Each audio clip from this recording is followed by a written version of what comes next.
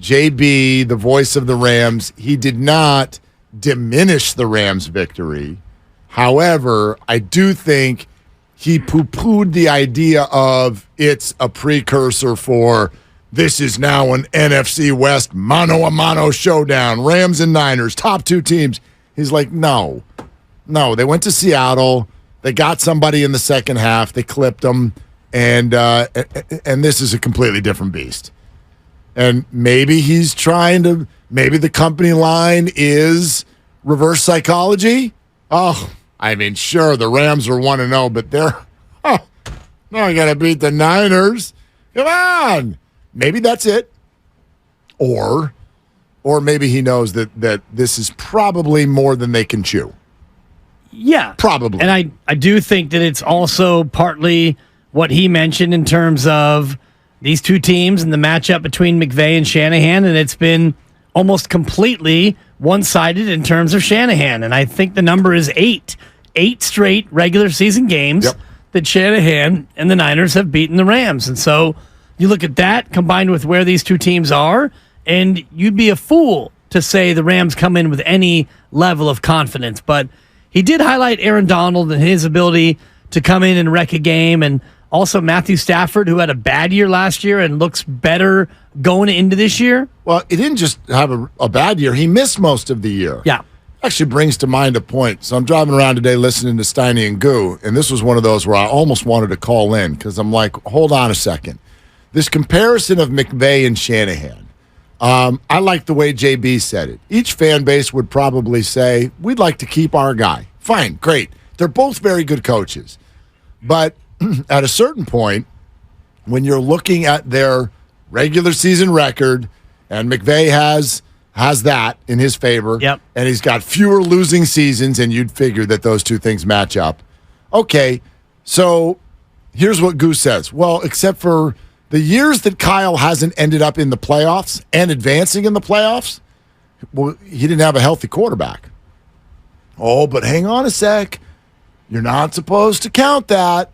Well, hang on, because isn't that what happened to the Rams last year? Like, they lost their quarterback, so they didn't end up going to the playoffs. What I'm getting at is all of these numbers. This is why I don't like to think in terms of black and white. They're all very circumstantial. You can say McVay's got a better regular season record, and I can fairly come back to you and say Kyle's lost his quarterback more. Yeah. He lost his quarterback. For me, you don't have to agree with this. For me, in the NFL, when a coach loses his quarterback, to me, his record for the rest of the year goes out the window. Out the window. I'm not holding him hostage for wins and losses if he's playing with QB2 and QB3, for the most part. Okay. That's the way I look at it. I mean, is Robert Saleh in trouble if he goes 8-9 this year? He's not in trouble, but I mean, the difference between going 8-9 and 3-14 is profound because you've got a highly drafted quarterback, a quarterback that at some point your organization thought was not only competent, but you thought that he was the future. It's not like you're rolling into this game on Sunday with Joe Smith, the ragman, as my dad used to say, although he used a different word for Smith. It's a word that I can't use on the air. And you don't have that. You've got a guy who your franchise thought was the future. And yes, he has struggled. And yes, he's probably not the answer. And yes, you went out and got Aaron Rodgers and paid him top dollar because the quarterback that you had drafted is probably not the guy. But your roster is loaded, and you're good enough to win many, many games. I saw somebody on, I think it was ESPN yesterday, play the schedule game the rest of the way with the Jets, and I love that. You know, with Aaron Rodgers out, how should they do? And this expert, one of the various Orlovskis or one of those other guys, they had him at 8-9.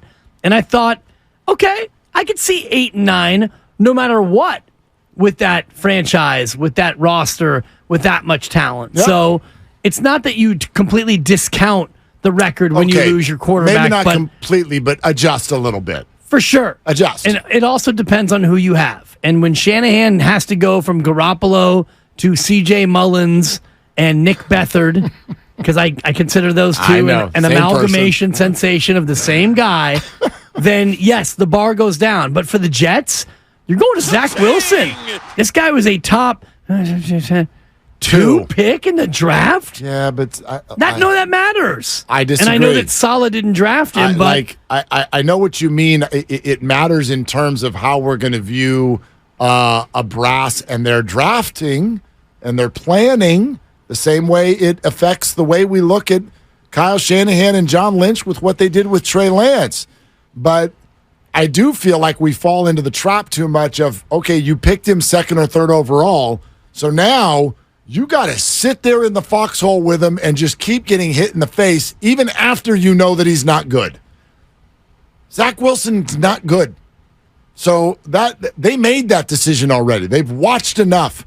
They've been with him every day for 2 years. He's a wackadoodle in the locker room, and they signed Aaron Rodgers. In fact, they traded for him, paid him a ton of money. That's what the organization did. They pivoted. So I'm now not going to be, because Aaron Rodgers' leg blew up, I'm now not going to go back to the Jets and be like, number 2 overall pick, you should be very excited about him. No, they're not. They don't like him. Well, they fired him. No, they didn't fire him. They did. They fired him as QB1. But fired from his gig. If they really were going to fire him, they would have done what the Niners did with Trey Lance and shipped him with a P, Grandy, shipped him out of town. But instead, different situation. Same situation. No, you could have had Sam Darnold as your backup or somebody Darnold-esque, no, Darnoldian. You could, but Zach Wilson is not a distraction to the Jets because the franchise. He's not. No, he's a franchise cancer. No, he's not a cancer. Well, he's a franchise. He's a locker room problem. The fan base is not activated to scream and yell about Zach Wilson. Aaron Rodgers was their quarterback. There was no discussing it. There was no freaking out. New York sports radio didn't spend all offseason going, but Zach, we haven't seen Zach. We need Zach. No, they're screaming and yelling about Zach's mom and Zach's mom's friends. Not. They actually were like, cool, we got Aaron Rodgers now. Bye. Well, now, that was it. Now what are they saying in New York? Now, I haven't locked into WFAN, our sister station. But now they're bummed and talking about curses. Well, I believe now they're probably talking about goats more than they're talking about curses. Can we get Brady? Can we get Rivers? Is Ben Roethlisberger still upright? No, but for real, like Carson Wentz. For real, yes. Carson Wentz.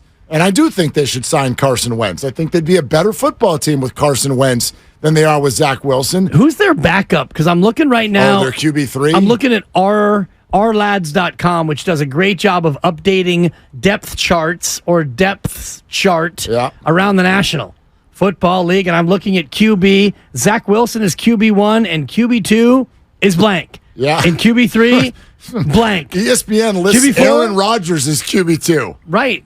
Who's your backup? I don't know.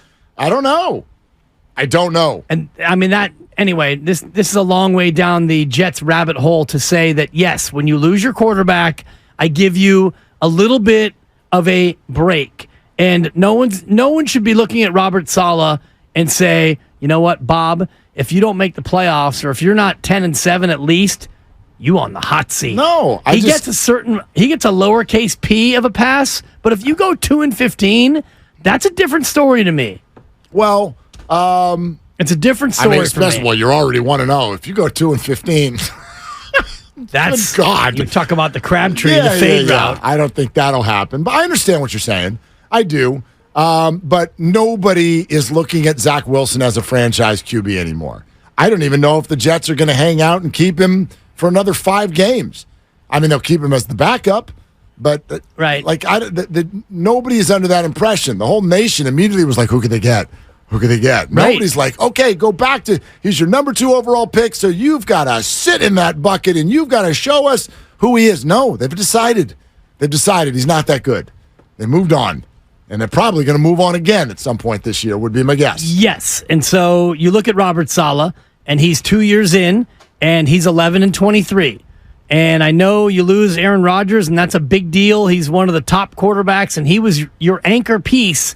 But if they go 5-12, and now he's 16-35 in 3 years, the drumbeat will be loud. I guess. I mean, fair or unfair? Yeah, they're going to want to see him with the QB. They're going to want to see him with Aaron Rodgers next year. But Rodgers might not be able to quarterback next year. Although, Might not. did you see his comments today? I think right now, I don't know how that thing's going to go. I've seen doctors say that, yeah, he should be able to play next September. I don't know how you can say that at age 39 at this point, but they know more than I do on that. Yeah. I don't know. Okay, sure. Aaron Rodgers next year. That's it. I'm sure Rodgers is hoping he can play in January.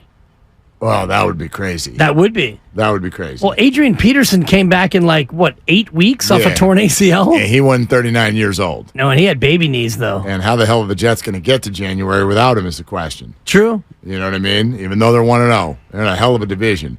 Grandpa Daddy's on the line. Hey, Grandpa Daddy, you're on with Willard and Dibs. What are you doing, brother?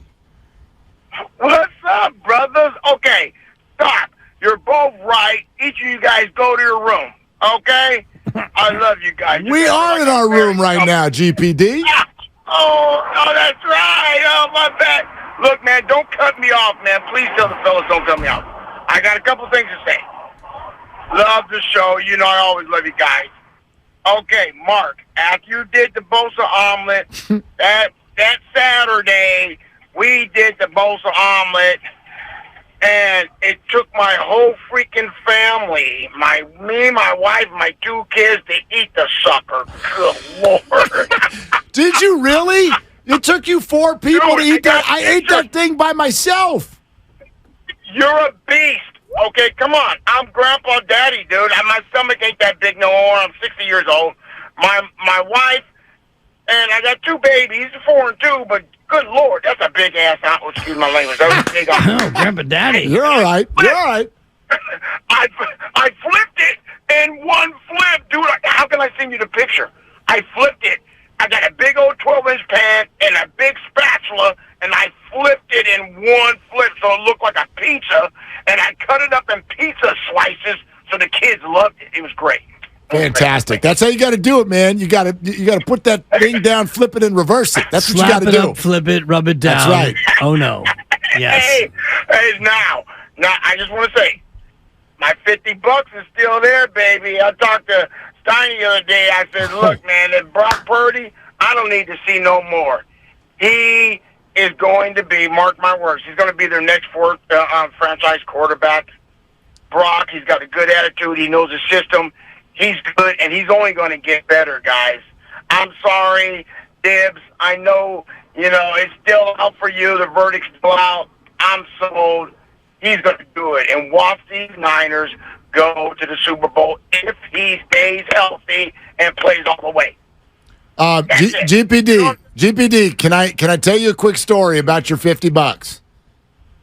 Okay. Okay, for the listeners who don't know, Grandpa Daddy came up at the 49ers, the Red and Gold Summit, and gave me a $50 bill. At Fieldwork. At Fieldwork in Brewing San Company Ramon. in San Ramon. GPD, can you explain again what it is you wanted me to do with the $50?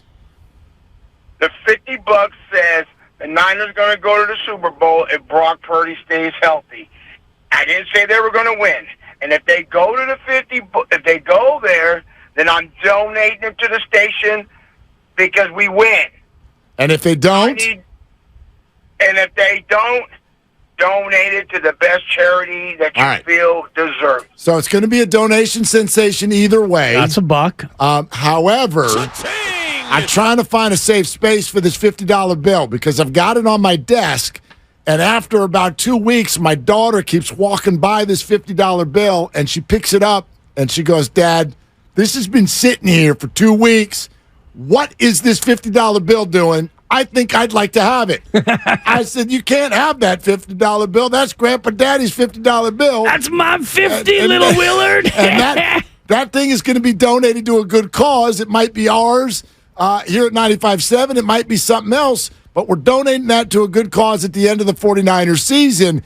GPD, she didn't like that answer. She said, I think you should donate it to me. And I said, no, we're not doing that. Your daughter? Yes, she's 14. Daughter. How old's your daughter? 14 years old. Okay. If the Niners go to the Super Bowl, I'm listening. give it to her. Oh, my gosh. Give it to her. All right. Give it to her. All right, so if the Niners go to the Super Bowl. That thing's going right to the mall, we'll give it to Daddy. my Go. Don't go to the Super Bowl. Then she's got to wait. This is a good cause. she's got to work for that 50. Yeah. Wow, so Whatever you think, Daddy, that she got to do around the house, that's worth, and she got to do it, and she got to earn that 50. Maybe she can babysit for the grandpa daddy. Or she can babysit her little brother for $1 an hour. I'm getting 50 hours of babysitting out of this, what Grandpa are you, Nike? Daddy. I'm getting 50 hours of babysitting for that thing.